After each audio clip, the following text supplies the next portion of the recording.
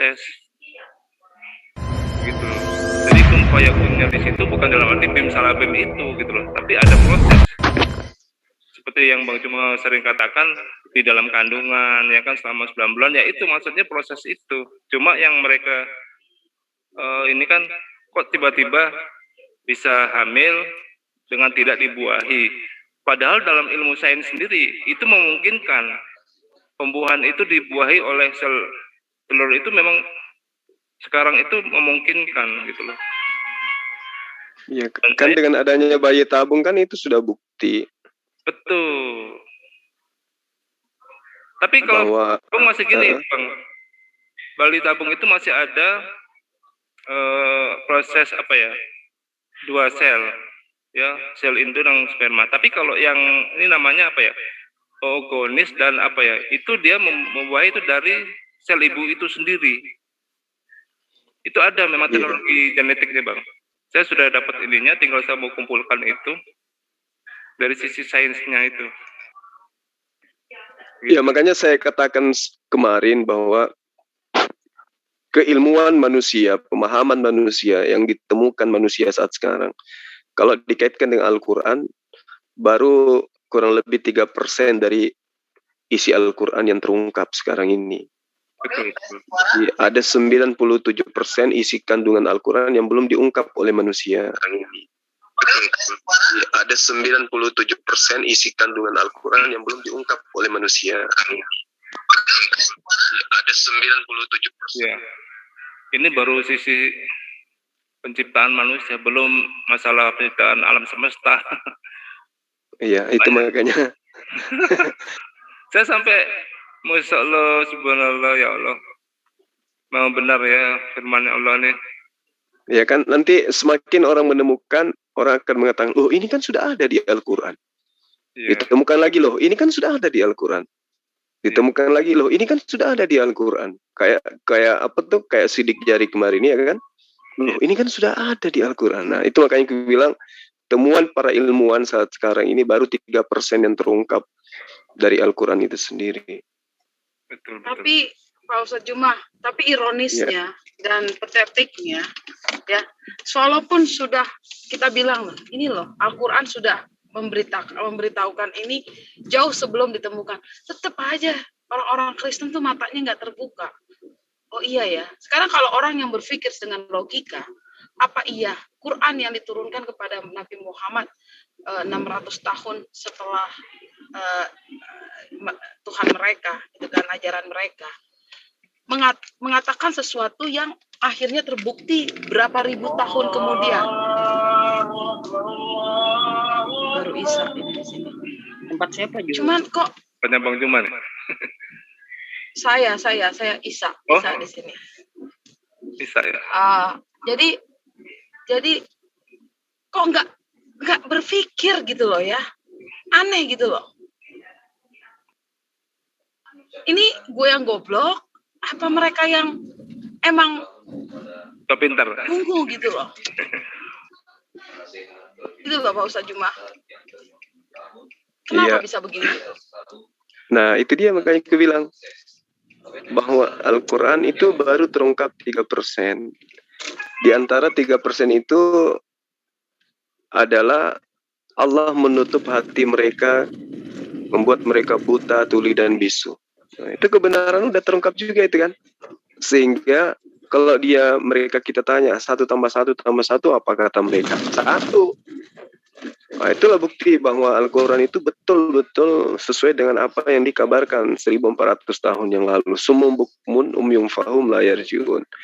Mau sampai kita teriak sampai mulut robek ke kuping pun, kalau Allah sudah menutup mata hatinya kan nggak akan mungkin paham. Padahal kalau kita analisa secara akal, ini akal loh, bukan karena kita umat Islam. Akal aja dulu mikir, apa iya sang pencipta alam semesta gitu sampai letoi kayak gitu?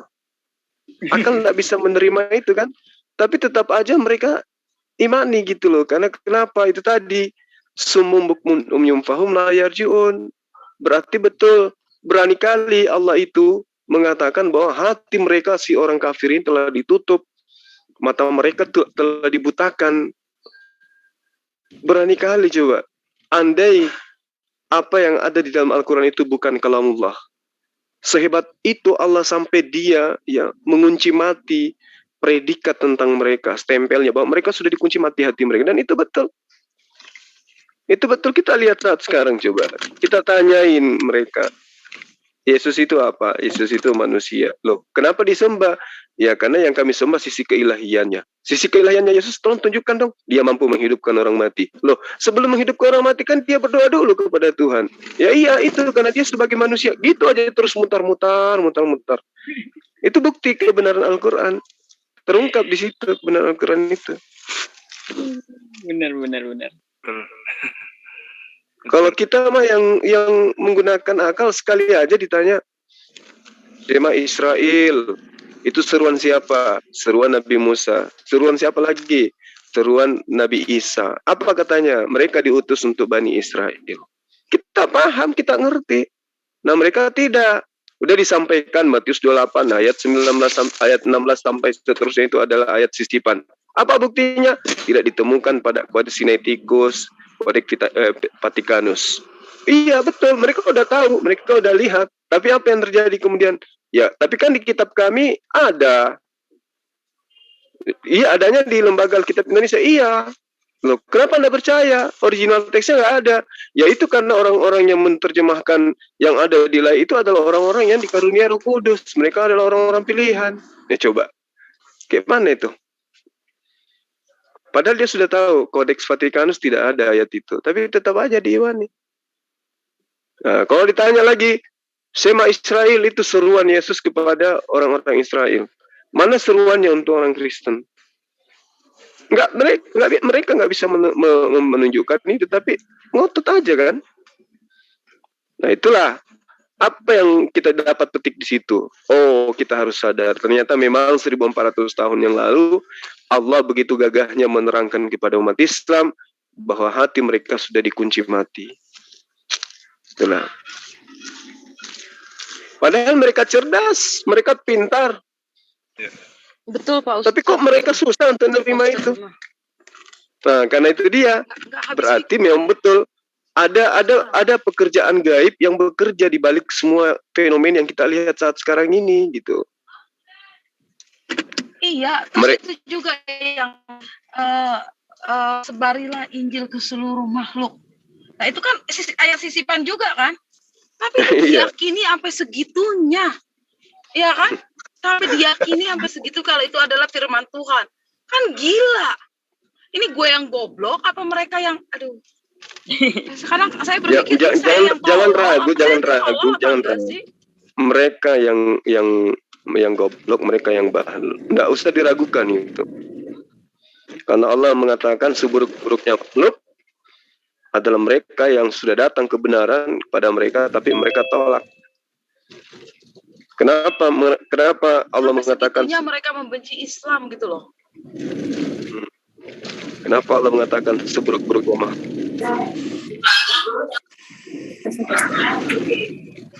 Karena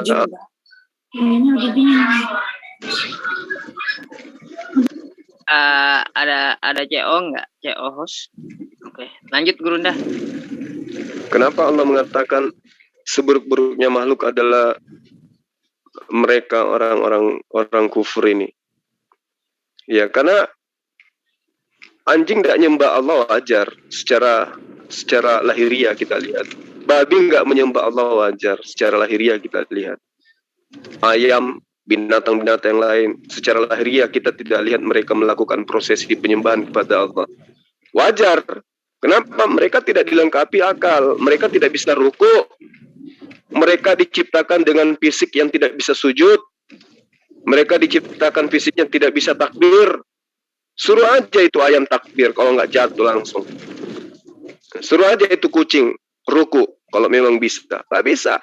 Tapi karena manusia memang sudah dirancang tubuhnya bisa ruku, bisa takbir, bisa sujud. Karena itulah amanah itu diberikan kepada manusia untuk menyembah kepada Allah. Itu juga diberikan kepada mereka. Tapi mereka tidak mau tunduk pada perintah Allah. Maka Allah mengatakan seburuk-buruknya makhluk. Oh iya benar. Itu ya alasannya ya Gurunda ya. Ya, itu Ah, alasannya. baru paham saya. Kenapa Allah menyebut mereka itu seburuk-buruknya makhluk? Saya juga ini sempat kepikiran, padahal sama manusia gitu. Oh ternyata dari yang dijelaskan Gurunda tadi baru paham saya. Oh, satu lagi Pak Ustadz Zuma. Ini kan mereka membuktikan kebenaran Al-Quran. Tetap aja mereka bilang Al-Quran adalah ajaran sesat. Kan bangke, Pak Ustadz. Gitu loh. Nggak, seriously nih. Ini seriously. Nabi Muhammad 1000 sekian ratus tahun yang lalu mengatakan soal sidik jari. Mengatakan soal jasad Fir'aun. Mungkin pada saat itu diketawain sama orang kafir Quraisy. Mana ada. Atau sama orang Nasrani. Pada saat itu. Atau sama orang Yahudi pada saat itu. Sekarang abad sekarang ini. Dan terbukti jasad Fir'aun itu memang ada mengandung garam dari laut mati. Itu sudah terbukti. Ya kan? Lalu soal bintang berketuk terbukti lagi. Kok how dare gitu loh. Ngatain Al-Quran tuh adalah kitab suci sesat. Kan bangke judulnya. Ini 1500 sekian ratus tahun yang lalu. Gitu loh. Sidik jari terbukti. Itu di ayat apa tuh? Di ayat mana yang mengatakan soal sidik jari Pak Ustadz?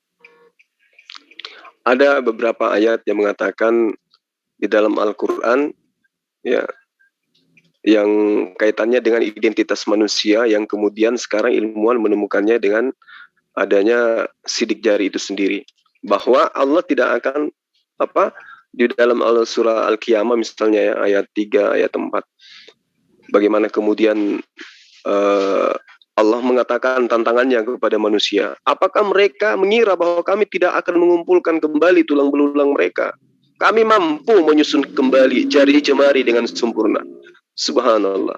Nah, dari situlah kemudian ya orang yang memahami ayat ini mengetahui bahwa ternyata untuk mengetahui seseorang, orang per orang gitu loh, yang membedakan antara satu manusia dengan manusia lain itu satu-satunya yang ditemukan sekarang itu adalah dari sidik jarinya. Kalau dari lutut belum ditemukan, dagu belum ditemukan, rambut belum ditemukan, tulang-tulang belum ditemukan. Tapi kalau sidik jari, subhanallah, Allah menerangkan di dalam Al-Qiyamah ayat 3 ayat 4, Allah menantang, apakah manusia mengira bahwa kami tidak akan mengumpulkan kembali tulang belulang, bahkan kami mampu, kata Allah, menyusun kembali jari jemarinya dengan sempurna. Artinya, kenapa Allah menggunakan kata jari jemari di situ? Oh, ternyata di situ menyiratkan sebuah ilmu yang sangat luar biasa yang digunakan oleh seluruh dunia saat sekarang untuk mengidentifikasi orang per orang. Dan itu Rasulullah Muhammad SAW, kalau itu karangannya, mustahil, tidak mungkin itu adalah karangan, nggak mungkin. Dan kalaupun itu karangan, ya karangan beliau maksudnya, berarti beliau lebih pantas disembah oleh orang-orang berakal lemah daripada orang yang tidak bisa berbuat apa-apa dari dirinya sendiri. Itu pasti. Ya. Ayah sabul insan ala najma'a idhamah bala kabirina ala an nuswatiyal badan. Jadi ini jelas sekali ini ayat. Tidak ada keraguan untuk kita terhadap ayat ini. Ya, surah Al-Qiyamah ayat 3 ayat 4 kalau nggak salah. Benar ya Bang Yusuf ya? Benar itu. Saya juga sampai sampai mikir sidik jari itu. Kagum saya. Benar-benar kagum sidik jari itu. Bala qadirina ala an nusawwi banana. Jadi kalau ada orang yang masih memperbodoh diri dengan tidak menyembah kepada Allah, yaitu padahal Allah sudah mengutuk pintu, sudah memberikan jalan, ya celakalah orang-orang ini. Makanya di Islam itu ada dikenal kaum fatrah. Kaum fatrah itu adalah kaum di mana mereka tidak pernah datang informasi kebenaran tentang Allah, tentang kenabian kepada mereka. Mereka tidak menyembah kepada Allah, wajar. Karena Allah mengatakan, ya mereka tidak mendapatkan petunjuk, mereka tidak dikasih nabi, mereka tidak berikan kitab suci. Tapi kalau hidup yang zaman sekarang, masih ada juga orang yang meninggalkan detik per detik tanpa menyembah kepada Sang Pencipta alam semesta setelah datang kebenaran kepada mereka. Itulah orang-orang yang akan kekal di dalam neraka. Bagaimana Kaum mungkin Patra itu kemudian? siapa? Maaf, Pak. Gimana? Kaum Patra. Kaum Patra apa itu ya, kaum Patra itu seperti keluarga Rasulullah Muhammad SAW dari Nabi Ismail, kan tidak pernah diutus kepada Nabi kepada mereka. Jadi kalau mereka kufur, mereka tidak menyembah kepada Allah, wajar. Lawang tidak ada yang datang kepada mereka memberikan berita tentang kebenaran. Kan gitu intinya. Lain cerita orang yang sudah datang kepadanya siang malam masjid berkumandang kiri kanan, ya ayuhan nas, ya ayuhan nas, tapi tetap aja mempertuhankan akalnya. Karena tidak mampu melihat Tuhan itu sendiri, sehingga dia mengatakan Tuhan itu nggak ada. Padahal mereka tidak mampu menunjukkan akalnya. Apakah karena mereka tidak mampu menunjukkan akalnya, lantas kemudian kita boleh mengatakan mereka tidak punya akal? Kan tidak. Akal itu ada gitu loh.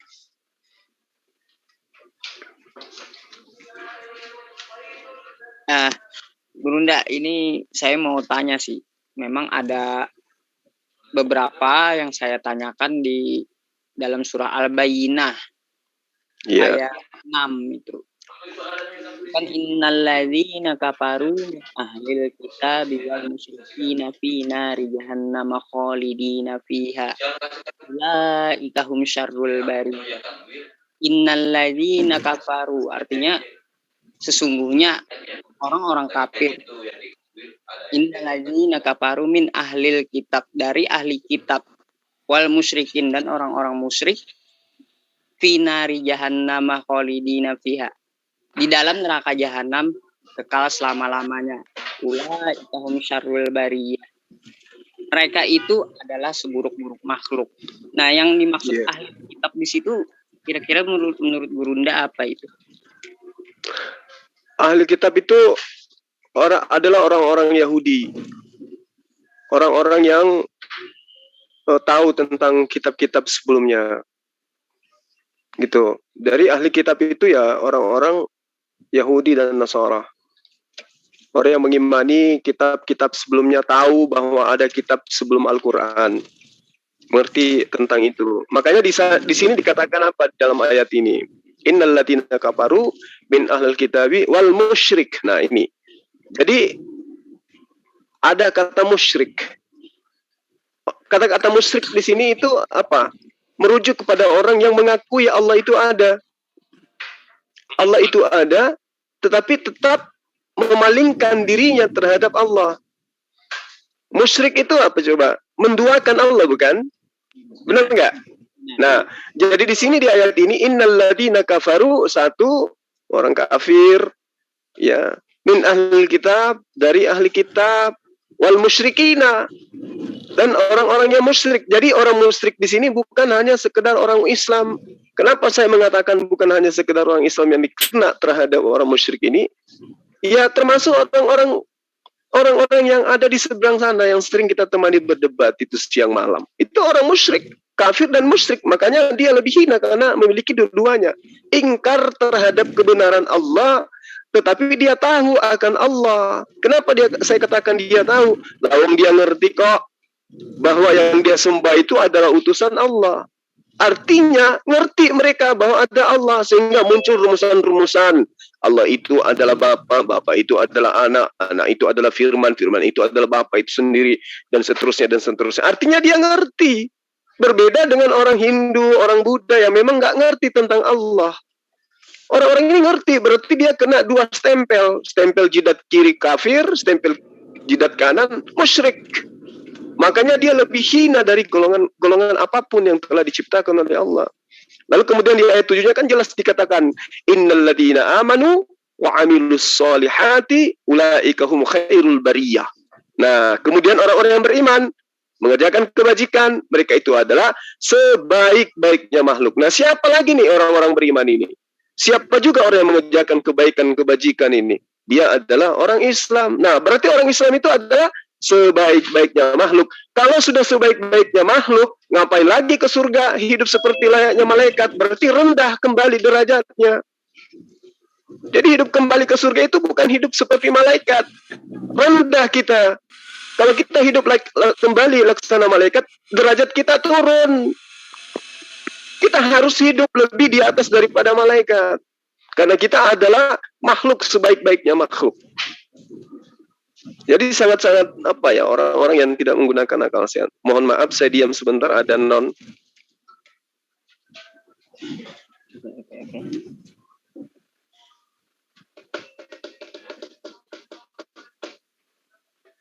Oke. Saya mute sebentar ya.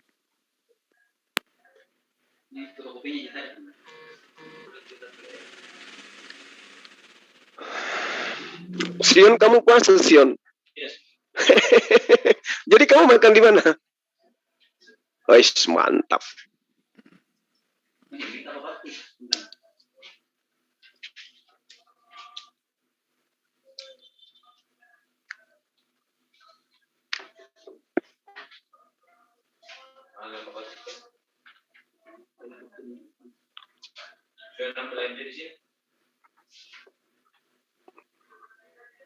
Silakan dilanjut, saya pakai headset.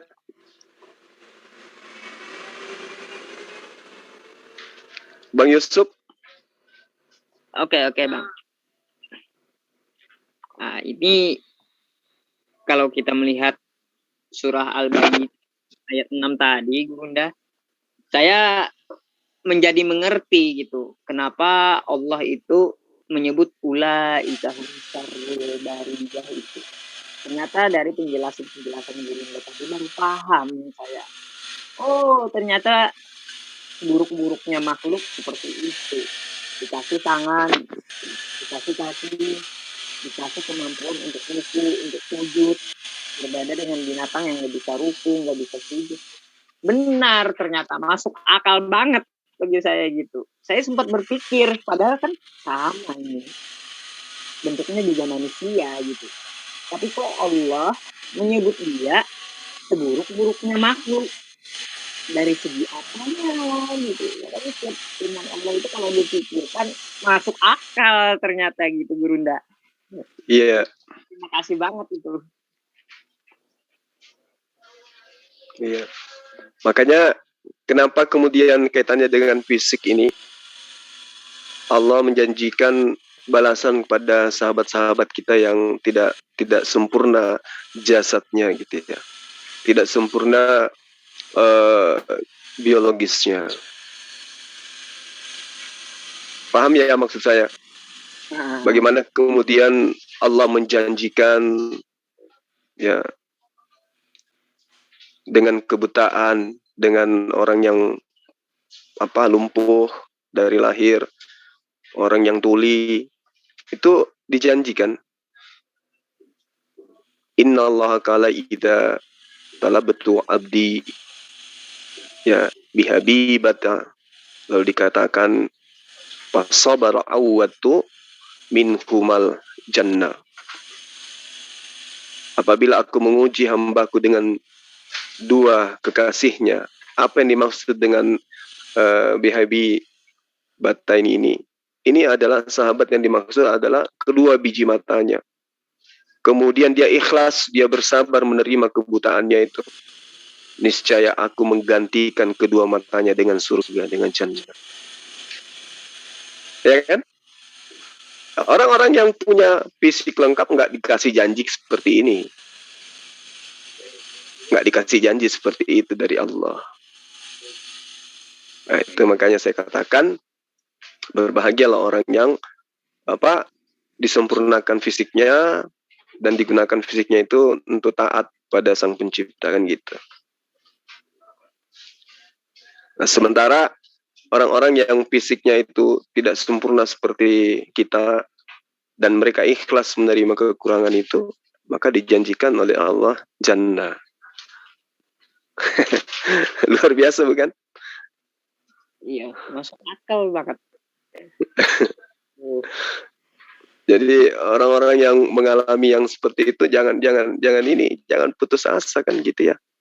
Karena Allah sudah menjamin bagi mereka yang sabar menerima ujian itu. Ya, mumpung Ramadan ini juga Bunda kita bisa menuntut ilmu kan. Mau dikembalikan ke kantor pusat tidak?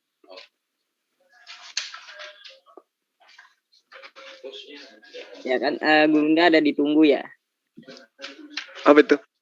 Ada yang ditunggu. Lawan diskusi, lawan debat ada yang ditunggu ya. Ya.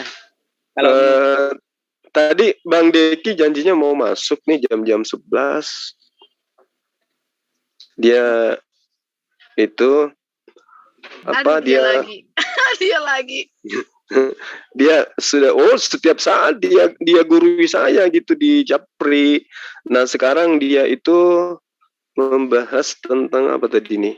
Dia mau membahas tentang kebenaran ketuhanan yang nyata gitu. Sama dengan kasusnya siapa semalam tuh, yang Tuhannya harus diraba-raba. Itu dia delusional apa? Aduh, saya sampai nggak bisa ngomong. Apa dia nggak merasa gitu, dia udah di KO berkali-kali gitu ya di mata netizen, di mata kita yang mendengarkan. Tapi dia nggak merasa gitu kali ya. Delusional kali ini orang. Dogmanya sudah terlalu mendarah daging. Gitu loh. Ini bahasanya gini. Saudara Zuma, ada satu kata yang saya berikan ke Anda. Tuhan itu bisa disembah jika kita mengenalnya. Tapi jika kita tidak mengenalnya, bagaimana kita mau menyembahnya?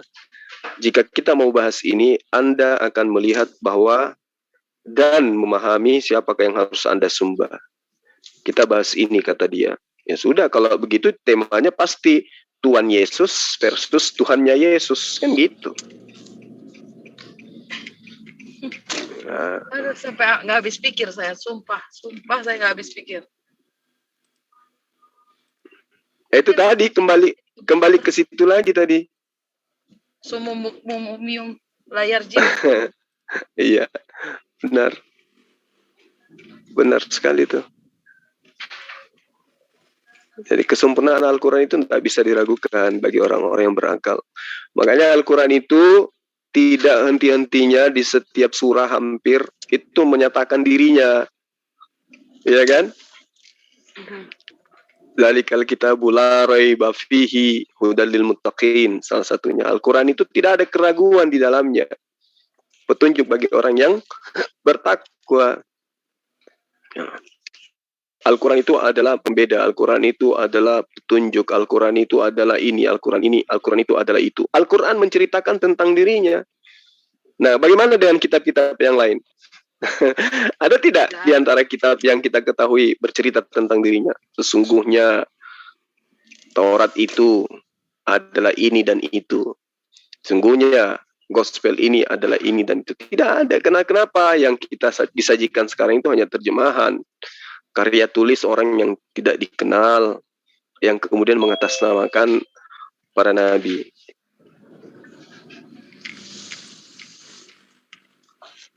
Saya lagi senang-senangnya juga mengkaji Al-Quran gitu. Ya, minta pendapatnya juga. Karena saya gini, Bunda, keputusan saya, ya. Saya mungkin baca surah Abasa gitu. Itu kan Abasa wa tawalla anja'ahul a'ma. Nah, sampai ayat 13. Wa ma yudrika yazakka. Di situ kan dia Muhammad bermuka masam dan berpaling karena datang seorang buta kepadanya. Tahukah kamu barangkali ia ingin membersihkan dirinya dari dosa, ingin mendapatkan pengajaran, lalu pengajaran itu memberi manfaat kepadanya. Adapun orang yang merasa dirinya sudah cukup, maka kamu melayaninya, padahal tidak ada celaan atasmu kalau tidak membersihkan diri gitu. Dan adapun orang yang datang kepadamu dengan bersegera untuk mendapatkan pelajaran, ia kepada Allah, maka kamu mengabaikannya, gitu. Iya. Saya ya ambil keputusan resign gitu dari kerjaan saya, Gurunda. Karena apa? Saya ingin fokus belajar sebenarnya. Belajar mengkaji Al-Quran, terus belajar dengan teman-teman yang tiap malam setelah tarawih itu belajar Al-Quran. Nah, kalau dari komparasi ayat ini ke kehidupan sehari-hari, apakah lebih penting urusan dunia, sedangkan orang yang minta pelajaran dari kita abaikan, atau bagaimana ini menyikapinya gitu.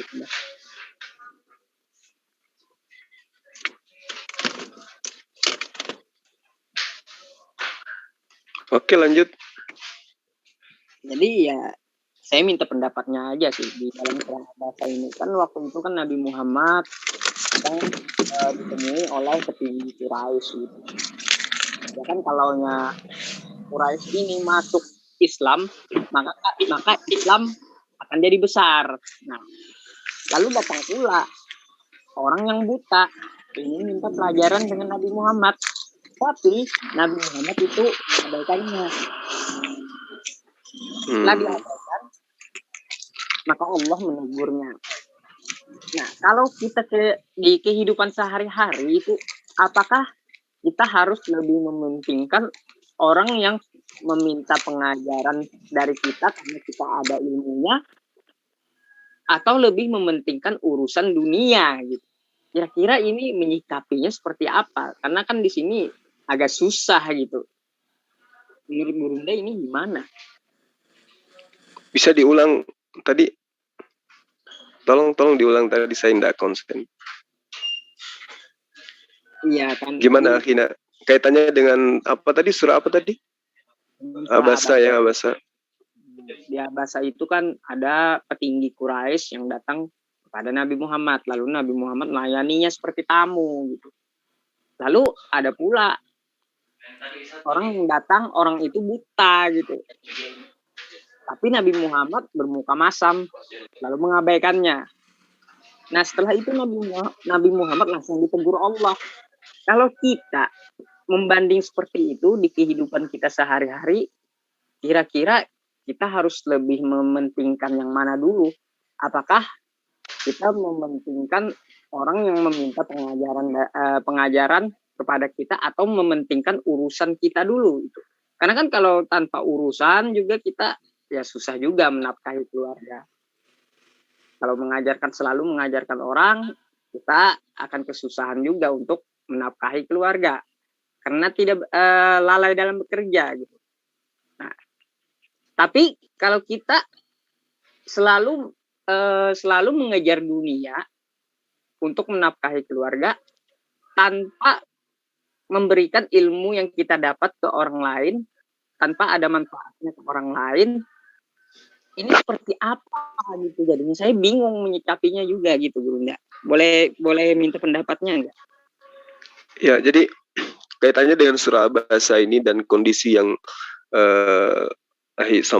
pertanyakan itu, kita harus kembali ke asbabul nuzul daripada dalil ini dan kemudian melihat kondisi kita gitu ya. Karena Rasulullah Muhammad SAW itu sebagai narasumber daripada kalamullah yang kelak berfungsi sebagai pilar penyampai terhadap seluruh umat manusia kan gitu. Sehingga Allah menegurnya ketika apa yang terjadi kepada beliau, kedatangan seorang yang buta kepada beliau mempertanyakan satu hal, lalu kemudian Allah menegur, abasa wa tawalla. Dialah Muhammad yang bermuka masam dan berpaling. Terus dikatakan, karena telah datang seorang buta kepadanya. Tahukah kamu barangkali ia ingin membersihkan dirinya dari dosa, atau dia ingin mendapatkan pengajaran, lalu pengajaran itu memberi manfaat kepadanya. Lalu dilanjutkan oleh Allah, ada pun orang yang merasa dirinya serba cukup, maka kamu melayaninya. Padahal tidak ada alasan atasmu kalau dia tidak membersihkan diri atau tidak beriman. Dan ada pun orang yang datang kepadamu dengan bersegera untuk mendapatkan pengajaran, sedangkan ia takut kepada Allah, maka kamu mengabaikannya. Jadi sebenarnya kalau saya menyikapi ya dalil ini, di mana dalil ini adalah sebuah bentuk teguran lah kalau boleh saya katakan, teguran Allah kepada Rasulullah Muhammad SAW atas sikap Rasulullah terhadap salah satu orang yang ada pada masanya. Nah, di mana pada kala itu Rasulullah Muhammad SAW kalau di Asbabun Nuzulnya ini dikatakan sedang berdiskusi dengan salah satu pembesar dari Quraisy. Lalu kemudian di antara mereka ada oknum ya yang kemudian melakukan tanya jawab dengan harapan kaum Quraisy bisa tercerahkan dan dengan harapan bisa masuk ke dalam pengajaran Islam itu sendiri.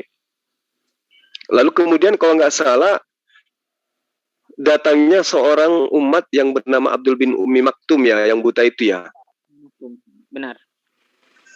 Lalu dia minta diajarkan untuk lebih mendalami lagi tentang Islam itu sendiri.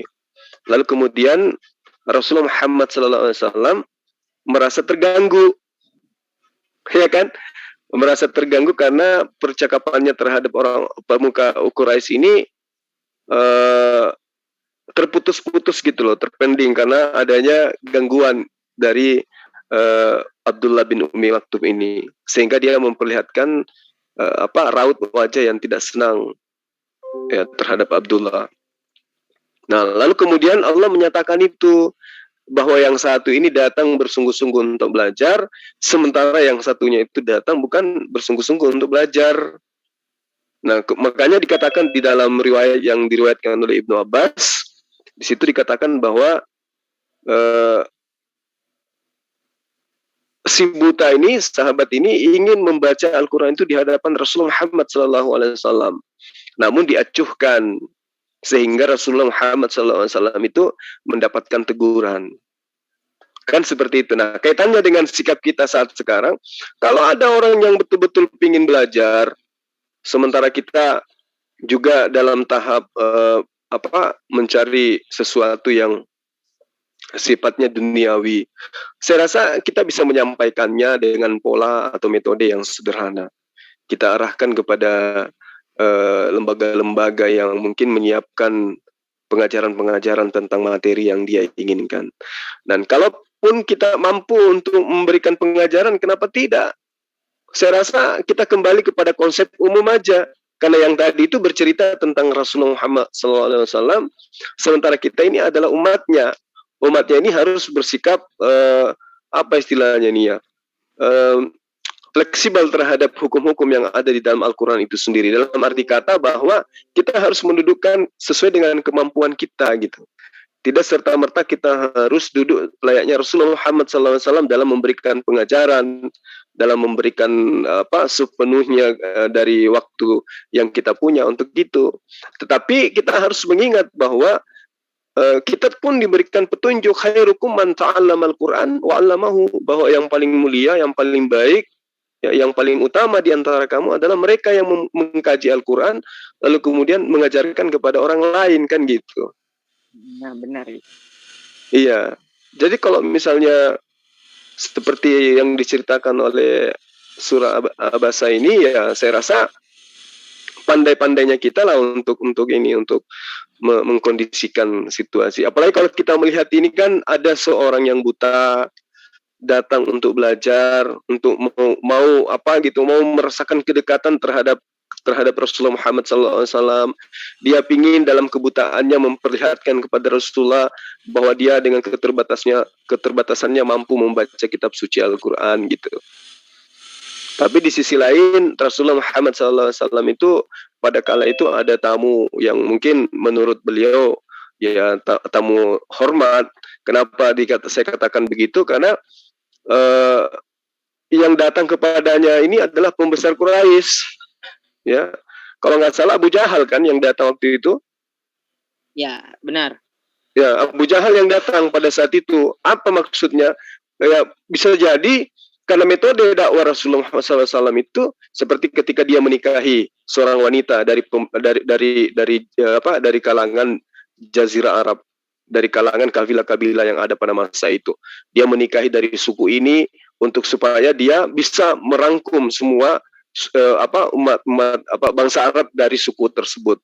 Nah, sama mungkin dengan harapan bahwa ketika dia memberikan diskusi, edukasi, pengajaran yang baik, pelayanan yang baik terhadap Abu Jahal, ya, Lalu kemudian Rasulullah berharap ketika Abu Jahal mampu untuk mereka untuk diislamkan, maka tentu pengikut-pengikut Abu Jahal juga akan ikut. Nah, ini secara pribadi menurut saya. Nah, namun kemudian kondisi ini bersamaan dengan datangnya Abdullah bin Ummi Maktum yang ingin membacakan ayat suci Al-Quran di hadapan Rasulullah. Hanya saja mungkin karena Abdullah bin Ummi Maktum ini tidak memahami, tidak mengkaji secara belum menerima materi-materi tentang akhlak, sehingga dia selalu memutuskan perbincangan Rasulullah dengan Abu Jahal, sehingga wajah Rasulullah itu musam kan gitu ya. Nah, kondisi itu pun Allah tegur kan gitu ya. Allah menegurnya, meluruskannya. Artinya salah satu pembuktian bahwa Al-Quran itu bukan karangan Rasul Muhammad SAW karena adanya teguran ini kepada beliau. Abasa wa tawalla an ja'ahul a'ma, kan itu ya? Iya, benar. Wa ma yudrika la'allahu yazakka. Kan itu teguran Allah kepada Rasulullah. Nah, kalau ini karangan Rasulullah Muhammad SAW, ayat ini ditiadakan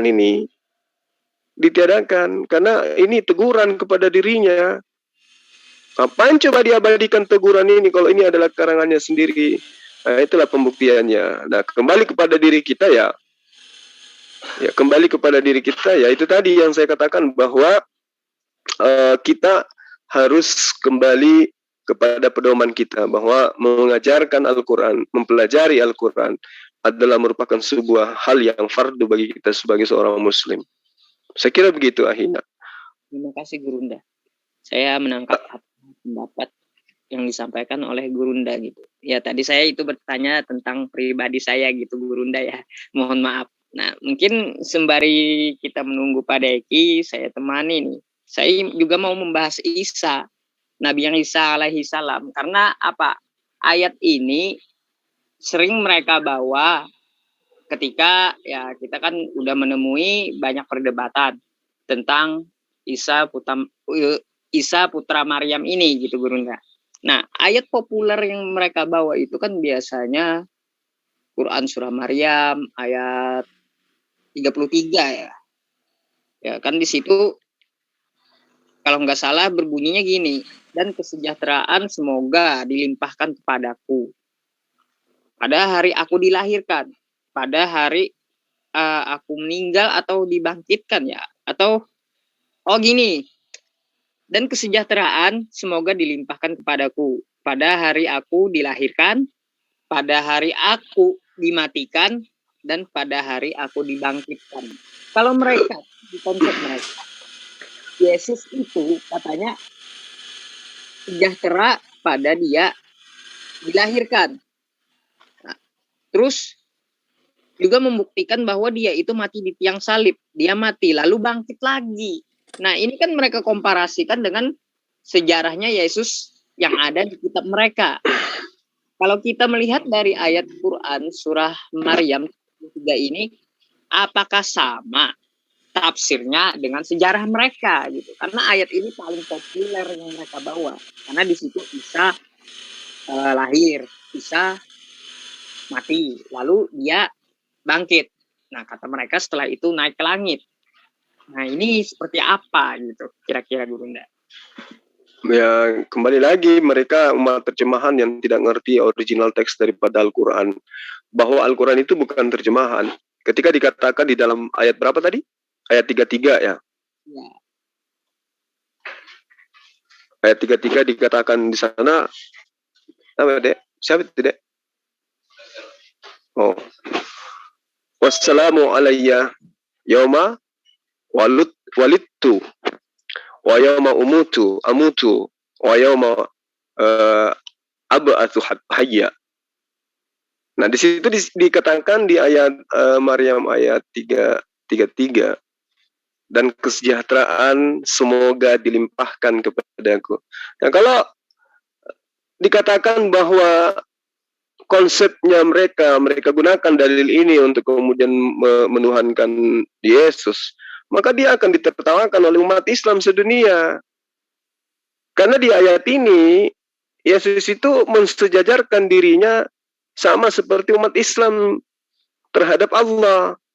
bagaimana kemudian Yesus di sini memohon kepada Allah? Ini kan permohonan Isa kepada Allah supaya dia dilimpahkan kesejahteraan. Kan gitu. Lalu kemudian berbicara mengenai konsep pada hari aku dilahirkan. Nah, ini sudah menjawab bahwa Tuhan tidak mungkin dilahirkan pada waktu aku diwafatkan. Ini sudah menjawab bahwa Tuhan itu tidak mungkin diwafatkan. Dan pada hari aku dibangkitkan, menjawab bahwa tidak mungkin Tuhan itu dibangkitkan dari kematian, kan gitu. Sebenarnya sederhana. Nah, adapun kata di dalam ayat itu ada kata wassalamu, keselamatan pada saat saya dilahirkan, walitu, baru pada saat saya dimatikan, amutu, baru dikatakan pada saat saya dibangkitkan, ya, pada hari kiamat, wa yauma ub'atsu hayya. Itu dialami oleh setiap manusia. Sekarang gini, sulkifli mabas, ya, dilahirkan, betul, diwafatkan, betul, terus dibangkitkan lagi nanti, betul. Bedanya dengan Yesus apa?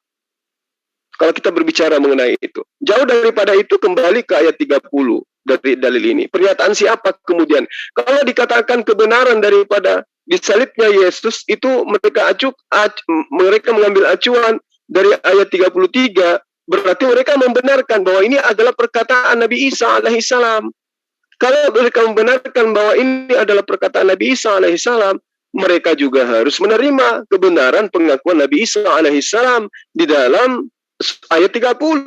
Qala inni abdullah atani alkitab wa ja'alani nabiyyan, kan gitu. Berarti mereka harus mengimani ini. Sesungguhnya aku ini adalah hamba Allah. Dialah yang memberiku kitab dan dia menjadikan aku seorang nabi. Mereka harus mengimani ini. Di samping mengimani ayat 30 dari surah Maryam, mereka juga harus menelan mentah-mentah apa yang tertulis dalam Yohanes 4 ayat 22. Aku menyembah apa yang aku kenal. Itu perkataan Yesus seiring sejalan dengan dalil ini. Nah, kembali kepada ayat 33, bahwa semoga kesejahteraan dilimpahkan kepada aku pada hari aku dilahirkan. Betul, pada hari aku diwafatkan. Benar, pada hari aku dibangkitkan kembali. Ya, nggak ada masalah di situ. Karena Yesus memang melewati 3 fase ini nanti. Pada saat dia dilahirkan abad pertama, pada saat nanti dia diwafatkan pada hari kiamat, kemudian pada saat nanti dia dibangkitkan yaumul kiamat. Tidak ada masalah. Fase ini dilalui oleh seluruh manusia. Ya. Lalu kemudian ketika mereka mengatakan, oh tidak, artinya Yesus di situ betul-betul pernah mati, betul-betul sudah pernah dibangkitkan. Itu maksudnya kalau mereka menggunakan terjemahan ini. Kalau begitu, mereka pun harus mengakui bahwa Yesus itu berdoa kepada Tuhan. Yesus itu mengaku hamba dari Allah, dari Tuhan itu sendiri. Masalah kebangkitan, masalah kematian, ya tinggal kita luruskan lagi pemahamannya berdasarkan Al-Quran dan juga berdasarkan yang tertulis di dalam kitabnya mereka. Dimana kalau kita ingin mencari benang merahnya ya, melalui dari kitab mereka, benarkah Yesus itu disalib atau tidak? Jelas pada saat dia dicobai oleh iblis. Kalau nggak salah Matius apa Lukas itu, 6 ayat 4 atau 4 ayat 6. Jika benar engkau adalah anak Allah, maka jatuhkan dirimu ke bawah. Sebab kalau engkau adalah anak Allah, ada tertulis bahwa Allah akan mengirim malaikatnya untuk menatang engkau di atas tangannya agar kakimu tidak terantuk kepada batu, kan gitu. Artinya Allah tidak menghendaki sang nabi yang diutus kepada Bani Israel ini untuk celaka, apalagi mati, kan gitu. Nah, apakah betul ada tertulis? Iblis ini jujur. Memang ada di dalam Mazmur 91 itu.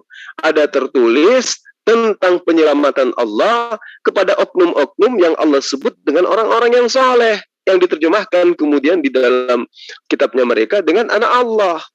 Padahal itu adalah hamba yang dekat kepada Allah. Artinya orang saleh. Bukan anak dalam arti kata biologisnya enggak. Nah, ternyata betul.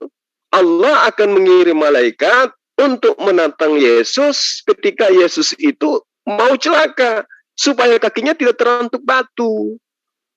Itu nubuatannya sangat jelas. Untuk kita memberikan edukasi kepada mereka, suruh baca dari ayat 1 sampai ayat 16 bagaimana validnya informasi tentang penyelamatan Allah kepada Nabiullah Isa alaihissalam di dalam Mazmur 91 itu. Ya, saya kira begitu, Akhina. Di sini sudah masuk waktu zuhur, saya harus pamit ibadah dulu. Nanti kita lanjut. Ya, saya juga sebenarnya bukan menggurui. Saya jauh, saya bukan ustadz. Saya bukan lulusan pesantren, ya. Bukan lulusan pesantren seperti Ustadz Tahta, teman-teman yang lain. Ya, saya hanya belajar otodidak aja. Meskipun saya pernah mondok, tetapi mondoknya ya bukan seperti mondok kawan-kawan yang belajar kitab kuning, belajar ini dan itu, enggak. Saya numpang mondok, tapi saya sekolah umum gitu. Di pesantren itu ada dua. Di pesantren yang saya tempati mondok itu ada dua. Ada sekolah umumnya, ada pesantrennya. Nah, saya di sekolah umumnya. Ya, namanya juga kita masih muda waktu itu. Saya mau masuk di pesantrennya, tapi udah terlanjur daftar di sekolah umumnya gitu. Jadi ada dua sekolah, satu naungan gitu. Jadi untuk mengetahui Al-Quran secara detail belum, masih jauh, masih perlu belajar sama dengan Akhi Yusuf juga. Jadi saya pun di suatu waktu boleh dong saya balik nanya kepada Akhina, karena saya pun butuh belajar gitu. Boleh bertanya kepada sahabat-sahabat di sini, ya, kepada teman-teman yang ada di sini. Bukan berarti saya yang harus ditanyai karena saya merasa lebih pintar, oh tidak.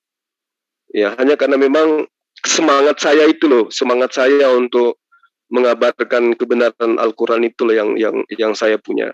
Tapi ilmu masih tetap miskin, masih ya fakir ilmu, masih belajar terus dan belajar terus. Sampai hari ini di kantong baju saya atau celana saya itu pasti ada, jarang saya tidak menaruh selembaran kertas atau sepotong kertas, di mana kertas itu ada catatan-catatan, baik itu catatan tentang Torah, tentang gospel, tentang ayat Al-Quran ataupun hadits. Supaya kalau saya misalnya jalan, saya merogoh kantong, ada kertas, saya buka, ingat lagi. Itu metode saya belajar selama ini. Saya kira gitu ya, Akhi Yusuf. Saya pamit ibadah dulu sebentar.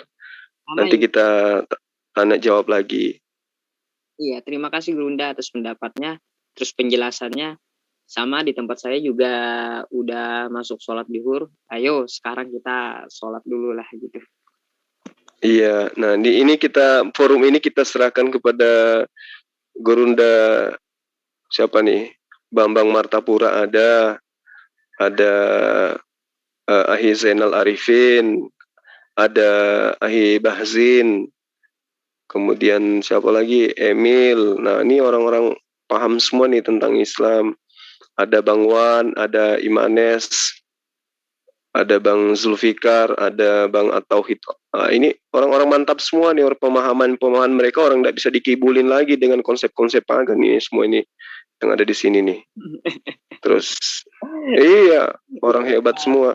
Mereka belajar otodidak, tapi mereka punya argumentasi itu mantap kali gitu loh.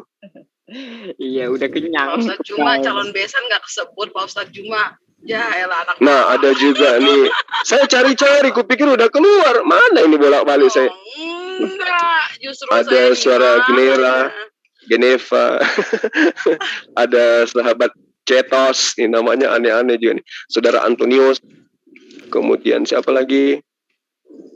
Calon besan saya, amin. Alhamdulillah, semoga itu bisa dikabulkan oleh Allah. Kemudian amin, ya Rabbal Alamin. Ada admin juga yang setia menemani saya selama ini.